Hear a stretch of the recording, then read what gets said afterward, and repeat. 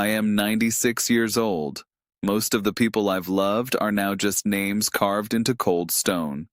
When you get to be my age, you stop lying to yourself. There's no point. I don't have an audience to impress anymore. I don't have a career to protect.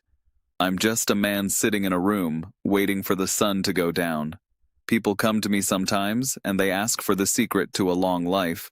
They expect me to talk about kale, or exercise, or some positive mindset. But they never ask about the one thing that actually determines whether your life was a heaven or a hell. They never ask about the person sleeping 3 feet away from them. I'm going to tell you something about marriage that might make you flinch. It might make you angry. It might make you want to turn this off because it's going to hold a mirror up to the things you're doing wrong right now. But I'm 96. I've watched the world change 10 times over, and I've realized that most of you are throwing away the only thing that matters because you think you have forever. You don't. You are middle-aged, or you're getting there, and you're acting like your relationship is a chore to be managed instead of a soul to be tended. Listen to me, please. Because I'd give every day I have left just to go back and fix the things I'm about to tell you. When I was in my 40s, I thought I was a king. I was the provider. I was the one out there in the world, taking the hits, bringing home the paycheck. I treated my wife, Evelyn, like a high-end appliance. I expected her to be there, to be functional, to be quiet, and to make my life easier. I thought that was the deal. I remember coming home on a Thursday evening in 1974. I was exhausted. I'd had a hard day at the office. I walked through the door and the house was a mess. Evelyn was trying to help the kids with their homework while something was burning on the stove. She looked at me with eyes that were screaming for help. Do you know what I did? I didn't roll up my sleeves. I didn't ask her how she was. I just sighed. A long, loud, theatrical sigh of disappointment. I made her feel like her struggle was an inconvenience to my peace. I walked into the other room and turned on the news. I thought I was the one who was tired. I was so blinded by my own ego that I couldn't see I was living with a woman who was slowly drowning in plain sight. I was successful by every measure of the world. I had the car, the house, the respect of the town. But inside those 4 walls, I was a coward. I was afraid of the vulnerability it took to actually see her. I spent years like that. We lived in the same house for decades, but we were like 2 ships passing in the night, only communicating about schedules and bills and the kids. I called it a stable marriage. What a lie that was. It wasn't stable. It was stagnant. I thought that as long as I wasn't cheating and I was paying the bills, I was a good husband. I was doing the bare minimum and expecting a gold medal. I ignored the small things. I stopped noticing the way she dressed. I stopped asking what she was thinking about when she stared out the kitchen window. I let the silence grow. It starts small, you know? It's a dinner where you both just look at your phones. It's a night where you go to sleep without saying, I love you, because you're annoyed. You think you have time to fix it later. You think later is an infinite resource. I'm sitting here at 96 to tell you that later is a ghost that will eventually leave you standing in an empty hallway. The turning point for me was a Tuesday afternoon. It's always the ordinary days that break you. We were in our late 60s. Evelyn had been having some back pain.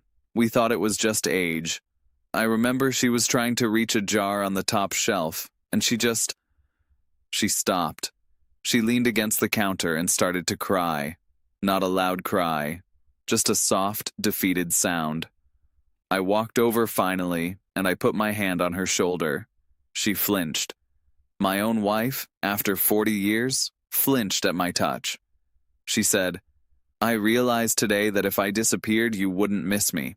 You'd just miss the things I do for you. It was like someone had reached into my chest and squeezed my heart until it stopped. I looked at her, really looked at her, and I saw a stranger. I saw a woman I hadn't truly talked to in 20 years. A few months later, the diagnosis came. It was stage 4. The doctor told us we had maybe a year. And in that moment, all the money I'd made, all the pride I'd had, all the important meetings I'd prioritized, They all turned to ash. I realized I had spent my life building a temple for a god that didn't exist, and I had neglected the only person who actually loved the real me. This is the part that will make you uncomfortable. The truth I learned after nearly a century is this: most of you are not in love with your partners. You are in love with the comfort they provide you. You are using them. You use them to stave off loneliness. You use them to raise your children.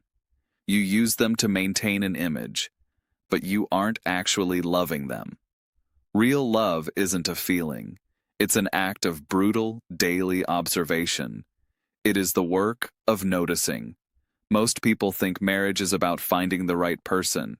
It's not. It's about being the person who stays awake to the other. I wasted 60 years before I understood that Evelyn wasn't there to serve my life. She was my life. There are 3 things I want you to look at today. Not tomorrow. Today. First, I want you to ask yourself, when was the last time you looked at your partner and felt curiosity? Not, did you pick up the milk? But, who are you today? People change. The person you married 10 years ago is gone. There is a new person standing there now, and you're probably ignoring them because you think you already know the story. You don't. You're just reading an old chapter. If you want to save your marriage, you have to become a student of your partner again. You have to ask the questions that make you feel like you're on a first date. What are they afraid of right now? What is the dream they gave up on so you could have your house? If you don't know the answer, you're not a partner. You're just a roommate. Second, you have to understand that your ego is the primary killer of intimacy. Most of your arguments aren't about the dishes or the money. They are about your refusal to be wrong. I spent decades winning arguments and losing my wife's heart. I'd prove my point until she went quiet. I thought I won. I didn't win. Every time you make your partner feel small so that you can feel big, you are digging a grave for your relationship. Is being right worth the distance you're creating? Is your pride more important than the warmth in your home? At 96, I can tell you that I don't remember a single argument I won, but I remember every time I made her cry. I'd give anything to go back to those moments and just shut my mouth. I reached for the jar for her. I'd have said, "I'm sorry. I was being selfish." Those are the most powerful words in the English language, yet they are the hardest for you to say, aren't they? Third, and this is the hardest one, you are probably waiting for them to change. You think, if they would just do this or stop doing that, then I'd be happy. You are holding your love hostage. You are making your affection conditional. That's not love. That's a contract, and contracts don't survive the hard winters of life. Marriage only works when you decide to be the one who loves more, not 50-50. That's for business partners. In a marriage, you have to be willing to give 80% when they only have 20. You have to be the one who reaches out first. You have to be the one who offers the olive branch. Why are you waiting?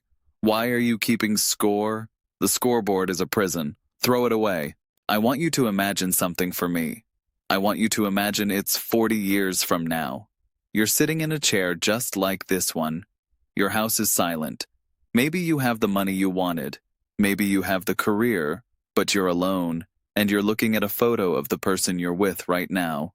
You would give everything you own, every cent in your retirement fund, every piece of jewelry, your very eyesight, just to have one more hour of an ordinary, boring Tuesday with them, to hear them hum in the shower, to hear the sound of their keys in the door, to have one more chance to say, "I see you, I appreciate you, I'm so glad you're here." If that thought makes your throat tight, then why are you acting like they're a burden today? Why are you scrolling through your phone while they're trying to tell you about their day? Why are you holding on to a grudge from 3 years ago like it's a treasure? You are playing a very dangerous game with time. You think you have a long way to go. You don't. Life is a vapor. It's a breath on a cold window. It's gone before you can even finish the sentence. I see so many people my age who are bitter. They talk about their ex-wives or their difficult marriages. But when I look into their eyes, I don't see victims. I see people who were too proud to be kind. I see people who chose their career over their connection. Don't be one of us. Don't wait until the funeral to realize how much you loved someone. Don't wait until the bed is half empty to realize that the person snoring next to you was the greatest gift you ever received. I'm 96. I spend a lot of my time talking to Evelyn. She's not here, of course, but I talk to her anyway. I tell her about the birds outside. I tell her I'm sorry for the Tuesday in 1974. I tell her I finally understand what she was trying to tell me for 50 years. It's a bit pathetic, I suppose. An old man talking to the air. But it's the only way I can stay sane. I live with the ghost of my own negligence. I live with the knowledge that I had a diamond in my hand, and I treated it like a common stone until it was gone. You still have the diamond. It's sitting right there. It's in the next room, or it's at work, or it's sitting on the couch next to you. Look at them. Not as a part of the furniture of your life, but as a miracle. They chose you. Out of all the billions of people on this earth, they chose to walk this hard, confusing path with you. Do you have any idea how rare that is? Stop trying to fix them. Stop trying to manage them. Just love them. Be soft. The world is hard enough. Your home should be the one place where the armor comes off. I'm tired now. My voice is getting thin. But I want you to do one thing for me.